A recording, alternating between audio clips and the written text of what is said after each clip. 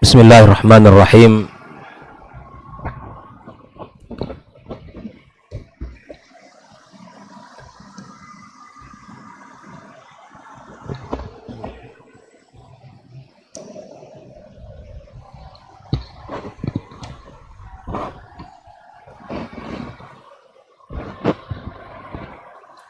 Bismillahirrahmanirrahim. Assalamualaikum warahmatullahi wabarakatuh.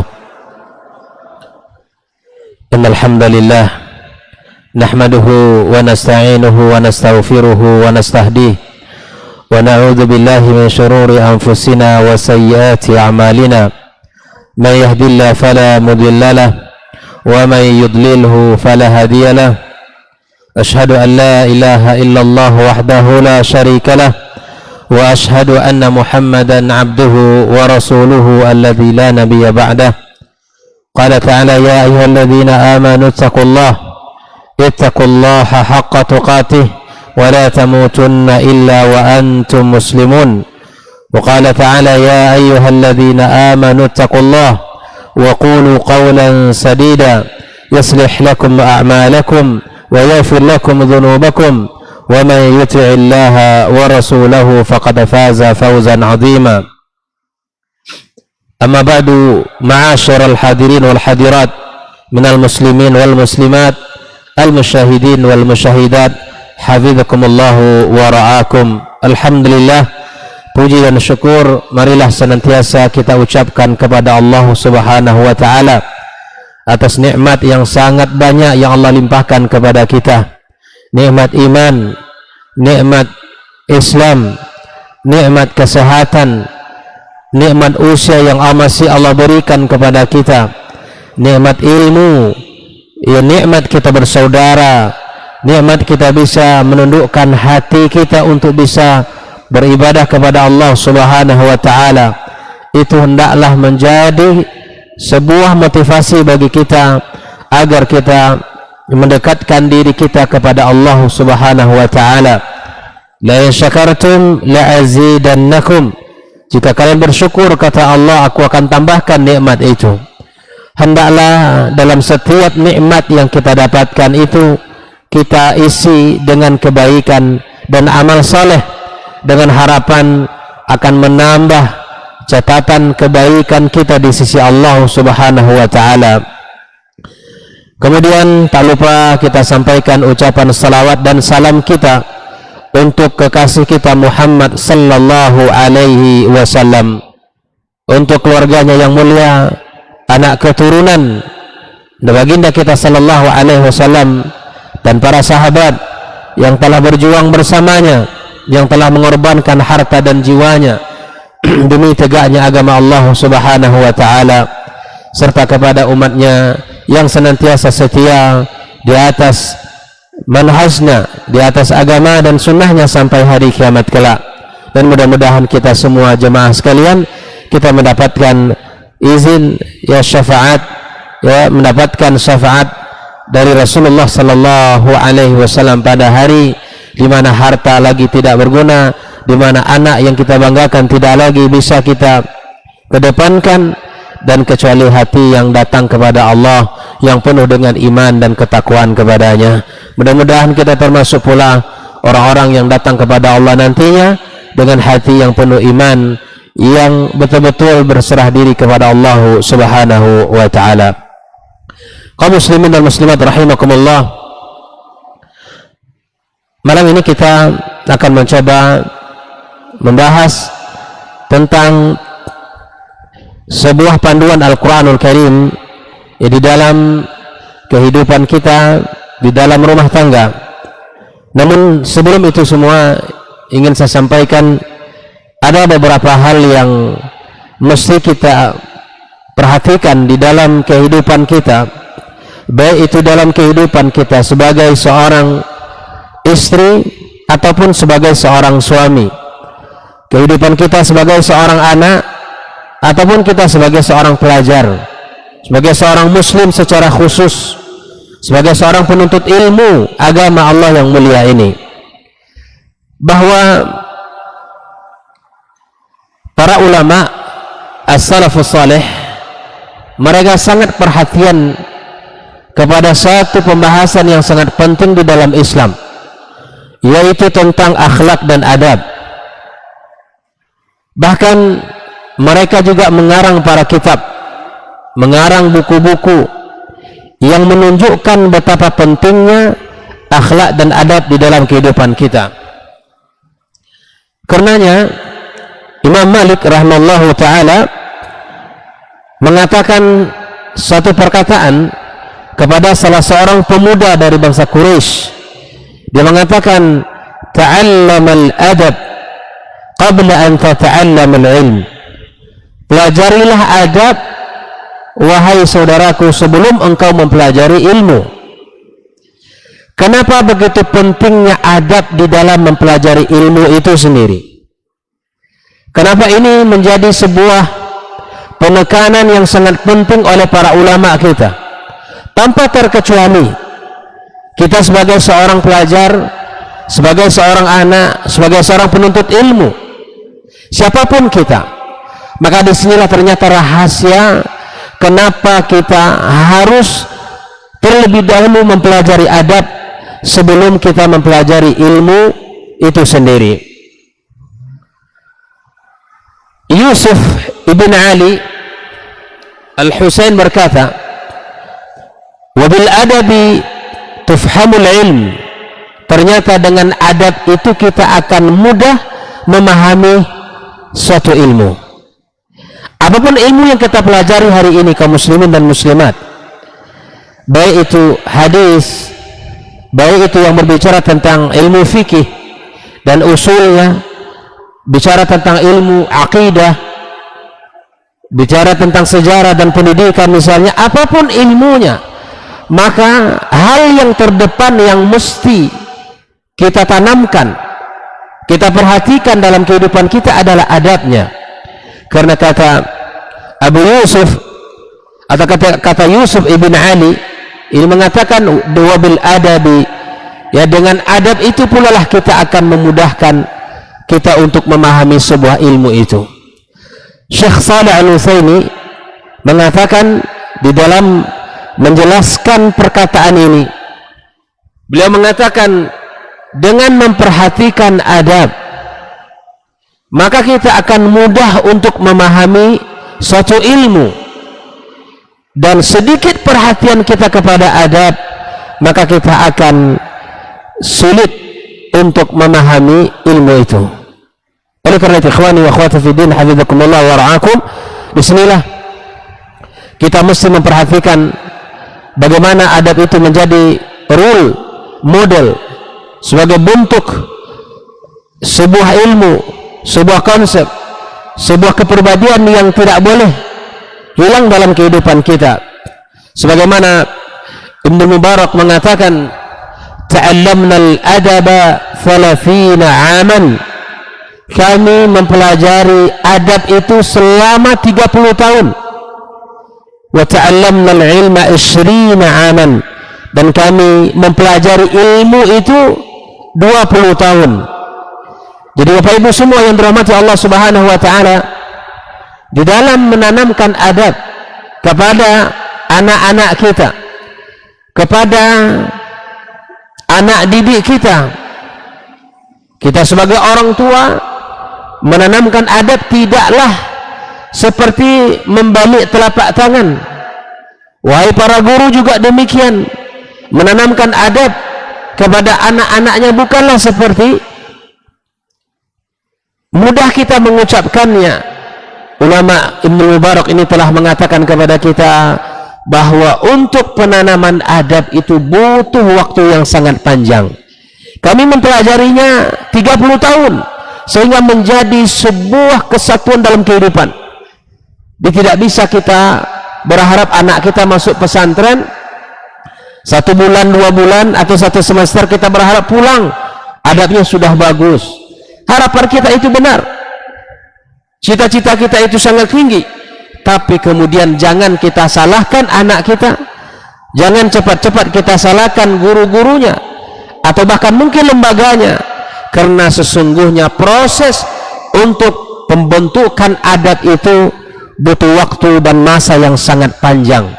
Tidak bisa semalam dua malam, tidak bisa sebulan dua bulan, tapi butuh waktu yang sangat panjang, waktu yang sangat lama untuk merubah seseorang sehingga menjadi adab di dalam kehidupannya.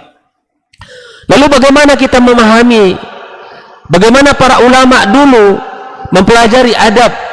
Seperti mereka katakan begini, kanu yata'allamuna al-hadiya kama yata'allamuna al-ilma. Mereka dulu orang-orang as-salaf, mereka itu mempelajari petunjuk Rasulullah sallallahu alaihi wasallam, mempelajari adab itu seperti mereka mempelajari sebuah ilmu. Mempelajari adab tidak cukup dengan hanya tafsir tematik atau dengan kajian tematik dengan tema-tema tertentu, tetapi mereka mempelajari adab itu seperti mereka mempelajari sebuah ilmu. Kalau mereka dulu mempelajari ilmu tafsir, mereka dari awal membaca kitab tafsir sampai selesai, membaca kitab fikih dari bab tahara sampai selesai, mempelajari kitab akidah juga demikian. Begitu pula lah kita seharusnya mempelajari adab itu. Tidak hanya cukup mempelajari satu bagian, tidak cukup hanya mempelajari satu sub dari banyak adab-adab ini, sehingga para ulama diantaranya Al-Imam Ibn Muflih menulis sebuah kitab Al-Adab Asy-Syar'iyyah. Itu berjilid-jilid kitab adabnya. Maka ini mesti kita baca, sehingga seperti pesannya para ulama menceritakan kepada kita dulu, para ulama orang-orang zaman dahulu mempelajari adab itu seperti mereka mempelajari sebuah ilmu. Butuh waktu, butuh guru, duduk dalam majelis sehingga dia menjadi sebuah ilmu, menjadi sebuah bagian kehidupan yang tak boleh terpisahkan. Ini yang mesti kita perhatikan. Ada juga seperti perkataan Makhlad Ibn Al-Husain, dia berkata pada Ibnul Mubarak, nahnu ila kathirin min al-adabi ahwaj minna ila kathirin min hadith. Di mereka para ulama ini bicara, coba lihat, kata mereka begini, kita lebih butuh dalam mempelajari adab daripada banyak menguasai hadis. Artinya apa kaum muslimin? Bahwa hal ini yang terjadi pada zaman beliau, pada zaman mereka para ulama, sudah mengatakan perkataan kita lebih butuh mempelajari adab daripada hanya sekedar kita mempelajari ilmu, meriwayatkan hadis, ya, kemudian membacakan kitab-kitab. Tapi kemudian hal ini mesti kita kembalikan, perkataan mereka ini mesti kita hidupkan. Betapa hari ini kita butuh kepada adab itu sendiri, betapa hari ini kita butuh kepada akhlak yang telah dicontohkan oleh para ulama kita, sehingga ilmu yang sedikit yang kita miliki itu memberikan, melahirkan keberkahan kepada kita. Ilmu yang tidak banyak tetapi kita hiasi diri kita dengan adab, maka insya Allah ilmu itu akan melahirkan keberkahan pada kita. Banyak orang yang hari ini ilmunya dalam, ilmunya luas, tapi qillatul adab, tapi adabnya tidak baik, maka semua itu tidak akan bernilai, tidak akan menjadi sesuatu yang tinggi di sisi Allah Tabaraka wa Ta'ala, karena adab itu hilang darinya. Makanya nasihat yang disampaikan oleh ibunda Imam Malik ketika dia mengutus anaknya untuk belajar kepada gurunya, apa yang pertama kali dipesankan oleh ibunya? Ta'allam min adabihi qabla ilmi. Wahai anakku, hendaklah engkau belajar darinya, dari gurumu, adab sebelum engkau mengambil ilmunya. Sehingga para ulama mengatakan, kami dari Imam Malik itu tidak terlalu banyak mendapatkan ilmu, meriwayatkan hadis dari beliau, tapi kemudian adab dari beliau itulah yang kami ambil sehingga ilmu yang kami dapatkan itu melahirkan keberkahan daripada ilmu kami itu. Inilah yang mesti kita pelajari kaum muslimin dan muslimat. Lalu bagaimana cara kita untuk menanamkan adab? Bagaimana cara kita menanamkan keimanan, akhlak dalam diri kita, dalam diri anak-anak kita, dalam diri murid-murid kita? Lihatlah satu perkataan yang dikatakan oleh Imam Abu Hanifah rahimahullah ta'ala rahmatan wasi'ah. Kata beliau begini di dalam perkataannya yang sangat luar biasa. Beliau mengatakan begini, al-hikayatu 'anil ulama wa mujalasatihim ahabbu ilayya min kathirin min al-fiqh li'annaha adabul qawmi wa akhlaquhum.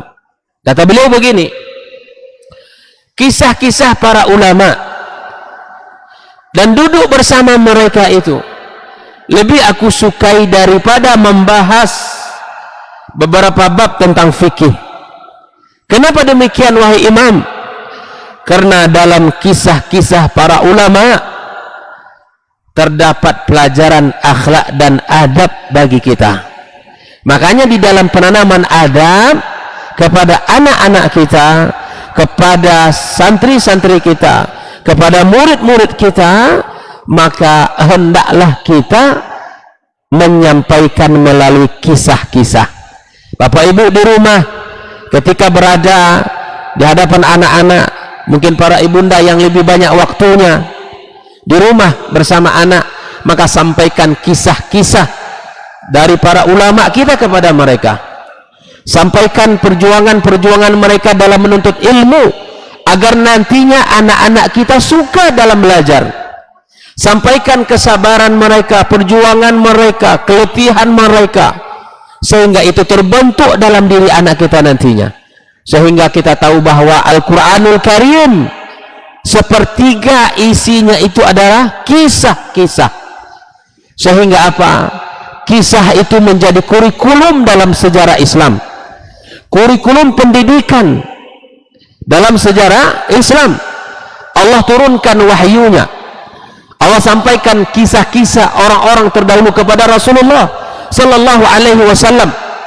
Maka kisah-kisah mereka itu menjadi panduan bagi Rasulullah sallallahu alaihi wasallam dalam berdakwah, di dalam perjuangannya, di dalam kesabarannya, di dalam cara menghadapi kaumnya yang membangkang.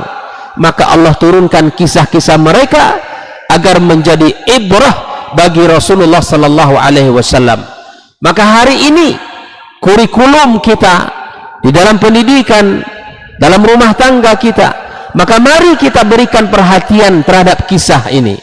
Bapak ibu semua boleh membaca kisah apa saja.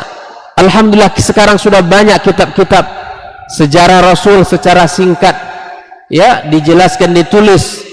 Kisah-kisah para nabi dan rasul sebelum Rasulullah SAW juga telah ditulis. Kisah-kisah peperangan Rasulullah kita, kisah-kisah para sahabatnya, kisah-kisah para ulama dalam menuntut ilmu, semua itu telah ditulis oleh para ulama.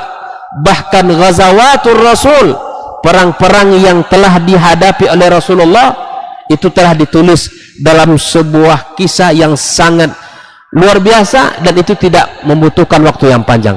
Silahkan dijadikan hal ini kurikulum dalam rumah tangga kita. Para guru di sekolah, bahasakan kisah-kisah itu kepada anak-anak kita agar mereka faham bagaimana di dalam melihat realita kehidupan, mencontoh kepada kisah-kisah para ulama. Begitu juga kita sebagai orang tua di rumah, agar bisa memahami dan bisa membacakan kisah-kisah itu kepada anak-anak kita. Yang disampaikan kisah yang sahihah, kisah sahihah, bukan cerita-cerita rakyat, bukan dongeng untuk pengantar tidur, bukan. Tapi yang dianjurkan untuk disampaikan adalah kisah-kisah yang diambil dari kisah Rasulullah dan kisah para sahabatnya, dan kisah-kisah yang Allah sebutkan di dalam Al-Quranul Karim, dan itu semua telah ditulis oleh para ulama dan telah dibukukan. Tinggal bagaimana kita membacanya, karena kisah itu sangat berefek Bapak Ibu di dalam pembentukan adab, dalam pembentukan karakter kita. Disinilah kata Imam Abu Hanifah mengatakan, saya berbicara tentang membaca, bercerita tentang ulama-ulama dan duduk bersama mereka itu lebih aku sukai daripada mempelajari satu bab dari bab-bab fikih. Walaupun beliau seorang ulama besar, seorang ulama yang terkenal, tapi dari perkataannya ini bisa kita ambil sebuah ibrah agar kita sering membacakan kisah-kisah itu kepada anak-anak kita. Bapak Ibu, silahkan dipraktekkan ini dan lihatlah pengaruh kepada anak-anak kita yang sering kita bacakan kisah dan anak yang tidak pernah kita bacakan kisah. Akan berbeda karakter dan pembawaan anak kita. Kalau kita sering bacakan kisah-kisah para ulama di dalam menuntut ilmu, insya Allah anak-anak kita akan memiliki semangat dan cita-cita seperti dulu para ulama di dalam belajarnya. Makanya hari ini yang hilang dalam konsep pendidikan, ini yang hilang dalam kurikulum rumah tangga. Orang tua sibuk dengan diri, ibu sibuk dengan handphone, ayah pun demikian, anak terbengkalai, silahkan dia mungkin juga sibuk dengan handphonenya, sehingga walaupun jasadnya berdekatan tapi jiwanya tidaklah bersamaan, sehingga ada kata-kata ya seatap tapi tidak sejiwa, serumah tapi tak sehati. Yang suaminya chatting dengan teman yang ada di Kalimantan, yang istri pun ya chatting dengan teman yang di Jakarta sana, padahal sudah satu hari penuh sudah tidak ketemu. Istri bekerja, suami bekerja, pergi sama-sama, pulang pun bahkan ya berbeda. Sudahlah waktu singkat pertemuannya, masing-masing sibuk dengan handphonenya.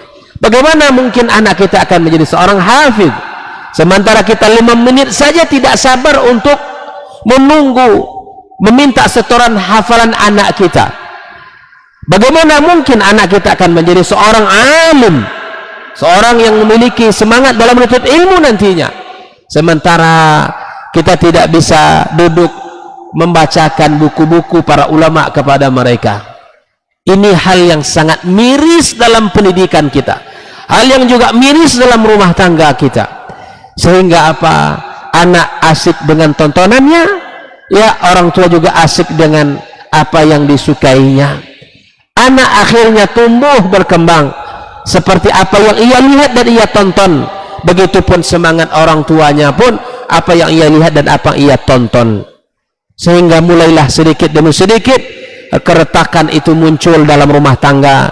Kemudian mulailah sedikit komunikasi sudah mulai tidak lagi nyambung antara suami dengan istri, antara kedua orang tua dengan anak, anak dengan sesama kakak beradiknya. Masing-masing menunjukkan ego, masing-masing menunjukkan apa yang ada dalam diri dan apa yang ia baca dan ia tonton. Maka oleh karena itu, ikhwani kaum muslimin dan muslimat rahimakumullah, mari kita sama-sama memperhatikan bab-bab adab ini dalam rumah tangga kita, bab adab ini dalam kehidupan bermasyarakat, di dalam kehidupan ya bertetangga. Ada satu hal yang mesti kita ambil pelajaran, ya. Berbeda pendapat bukan berarti mesti bermusuhan. Ini berbeda pendapat akhirnya tak ada lagi ya saling sapa, tak ada lagi saling tegur. Ingat baik-baik kaum muslimin dan muslimat, berbeda pendapat bukan berarti kita bermusuhan. Ya, sehingga apa? Sungguh sangat mengagumkan apa yang disampaikan oleh para ulama kita, sebesar seperti Imam Syafi'i rahimahullah ta'ala berkata kepada Yunus As-Safari, nama kunyahnya Abu Musa. Imam Syafi'i berkata kepadanya, ya Aba Musa, wahai Abu Musa, ala yastaqimu an nakuna ikhwanan wa illam nattafiq fi mas'alatin. Kata beliau begini, bukankah kita tetap bersaudara, bersahabat, akrab, meskipun kita tidak bersepakat dalam beberapa masalah. Bayangkan, para ulama telah mencontohkan adab yang mulia, berbeda pendapat. Ya, bukan berarti kita bukan berarti kita bermusuhan, tidak. Dan kita berhati-hati di masa-masa yang seperti ini. Ya, terkadang kemajuan media massa, teknologi hari ini membuat kita berperang, membuat kita bermusuhan di media massa. Tapi ketika kita berjumpa, janganlah memalingkan muka. Kita tetap tegur sapa, ya, saling mengucapkan assalamualaikum warahmatullahi wabarakatuh, bersalaman, dan seterusnya. Dan contohlah akhlaknya para salaf. Ya, mereka orang-orang yang luar biasa. Ini subhanallah sudah dilabeli dengan hal-hal yang tidak baik kepadanya, padahal yang disampaikan sesuatu yang benar. Tapi terkadang karena perbedaan itu akhirnya masuklah celah syaitan sehingga bermusuhan, memantik api permusuhan di sana. Ingat, lihatlah contoh Imam Syafi'i ini ketika dia berkata kepada Abu Musa, walaupun kita berbeda dalam satu masalah, tapi kita tetap bersaudara, kita tetap akrab, bersahabat. Inilah akhlak yang dicontohkan. Bahkan Rasulullah sallallahu alaihi wasallam telah mengatakan dalam doanya agar kita ini memiliki akhlak dan adab di dalam keseharian kita. Mintalah kepada Allah Subhanahu wa taala doa ini, Allahumma hdini li ahsanil akhlaqi la yahdi li ahsaniha illa anta. Allahumma asrif anni sayyi'aha la yasrif anni sayyi'aha illa anta. Ya Allah, berikanlah kepadaku petunjuk akhlak yang baik, dan tidaklah ada yang bisa memberinya kecuali Engkau, dan jauhkanlah dariku akhlak yang buruk, dan tidaklah ada yang bisa menjauhkannya kecuali Engkau ya Allah. Minta setiap hari kepada Allah Subhanahu wa taala. Yang kedua, Rasulullah sallallahu alaihi wasallam juga pernah menyampaikan doa, mengucapkan doa, Allahumma inni a'udzubika min munkaratil akhlaqi wal a'mali wal ahwa. Ya Allah, aku berlindung kepada Engkau dari akhlak, dari kemungkaran akhlak, dan dari hawa nafsu, dan dari perbuatan-perbuatan yang tidak baik. Meminta kepada Allah agar dijauhkan dari akhlak-akhlak yang tidak baik, dari perkataan dan perbuatan-perbuatan yang tidak baik, dan dari hawa nafsu yang menguasai dirinya. Rasulullah SAW meminta kepada Allah agar ya Allah jaga dirinya. Rasulullah SAW ma'asum, Rasulullah dijaga oleh wahyu. Apalagi kita yang tidak ada jaminan sedikit pun terjaga, terselamat dari hal-hal itu, maka tentu kita lebih utama untuk mempelajari dan membaca doa-doa ini. Apa doanya? Allahumma inni a'udzubika min munkaratil akhlaqi wal a'mali wal ahwa'i. Aku minta perlindungan kepada Engkau ya Allah dari kemungkaran akhlak, dari kemungkaran amal, dan dari kemungkaran hawa nafsu. Minta kepada Allah perlindungan agar kita terjaga dan terpelihara dari akhlak-akhlak yang tidak tercela, dan minta kepada Allah juga agar dijauhkan dari akhlak-akhlak yang tercela tadi. Kaum muslimin dan muslimat rahimakumullah. Nah, di dalam kehidupan rumah tangga, di dalam kehidupan kita ya, berumah tangga, maka adab dan akhlak ini sangat dibutuhkan. Adab seorang istri kepada suami, dan adab seorang suami kepada istri, apalagi adab seorang anak kepada orang tua. Nah, masing-masing dari kita menjaganya. Allah Subhanahu wa taala mengatakan, wa'ashiruhunna bil ma'rufi, pergaulilah istri kalian dengan cara yang baik. Ini Allah yang mengatakan kepada kita, bergaul dengan pasangan kita dengan cara yang baik. Perkataan kita, ucapan kita, sikap kita mestilah baik kepada pasangan kita. Dan sebaliknya juga, seorang istri jugalah memberikan ta'zim kepada suaminya.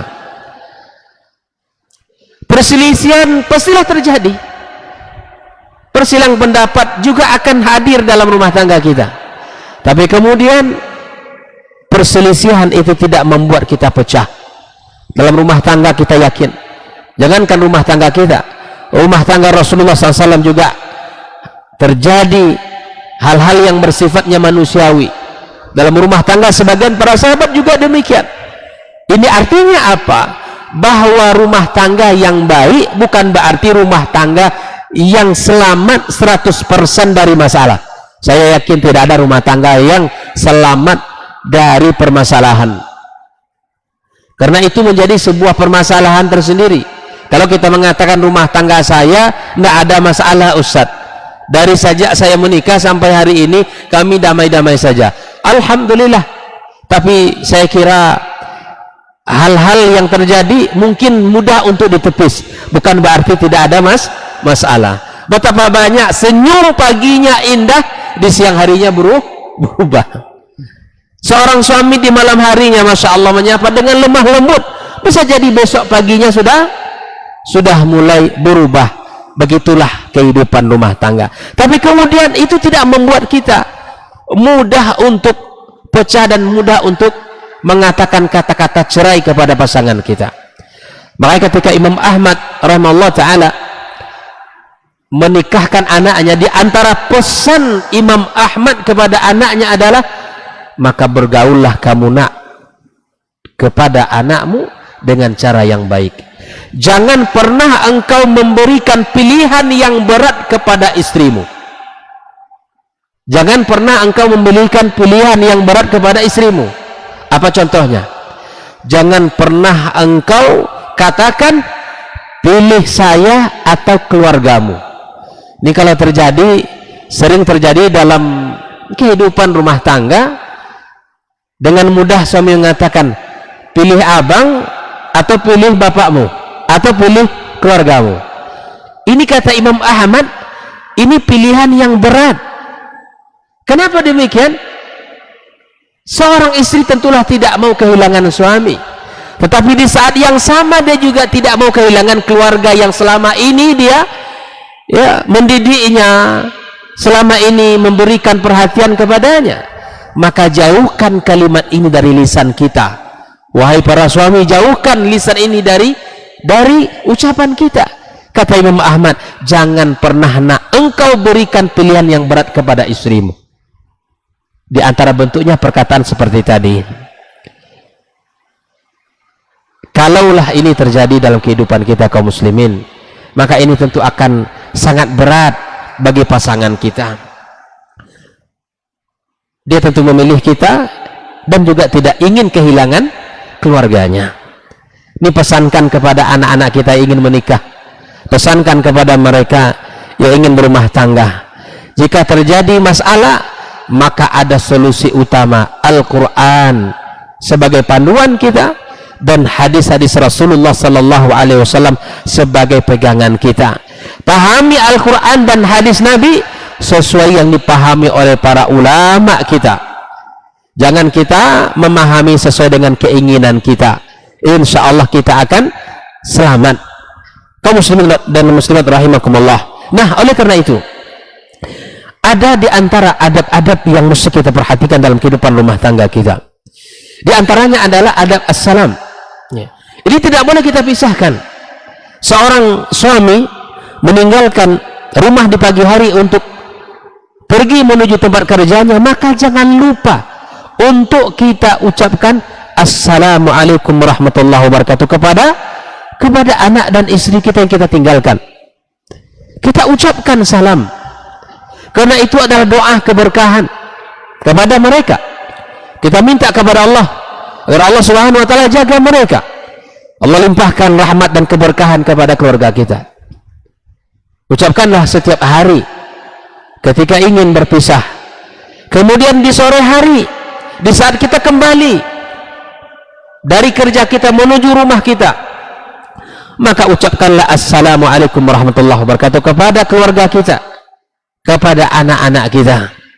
Bahkan Nabi Sallallahu Alaihi Wasallam mengatakan, ketika kita masuk rumah dengan mengucapkan doa dan kita mengucapkan salam kepada ahlul bait, maka kita dapatkan banyak keberkahan dan kebaikan.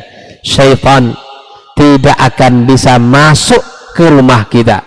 Kita pagar rumah kita dengan ucapan tadi, sehingga mereka mengatakan malam ini kita tidak punya tempat. Dan apabila kita telah memulai membaca basmalah di saat kita makan pun mereka tidak bisa makan. Mereka mengatakan malam ini kita tidak punya tempat dan kita tidak punya makanan sekaligus. Masya Allah. Maka pagar rumah kita, pagar keluarga kita dengan kalimat-kalimat thayyibah. Jangan menyelonong aja masuk ke rumah setelah pulang dari kantor kita ucapkan assalamualaikum. Para ulama, ucapkan salam itu dengan dua kondisi. Baik itu dalam keadaan kita berhadapan langsung, istri kepada suami atau suami kepada istri atau kepada anaknya, atau di dalam hubungan berkomunikasi melalui telepon, ucapkanlah assalamualaikum warahmatullahi wabarakatuh. Maka kepada kita pun yang ingin mengucapkan salam, baik itu melalui ucapan atau melalui tulisan, saya ingatkan kepada kita semua kaum muslimin, maka tulislah kalau ingin mengucapkan salam. Ketika ingin mengirim pesan kepada sahabat kita, maka tulislah assalamualaikum, 10 kebaikan. Kalau kita sambung warahmatullah, 20 kebaikan, wabarakatuh, 30 kebaikan. Terkadang kita ini ingin cepat, mungkin sudah tersebar banyak istilah-istilah kesingkatan-singkatan, maka dibuatlah ASS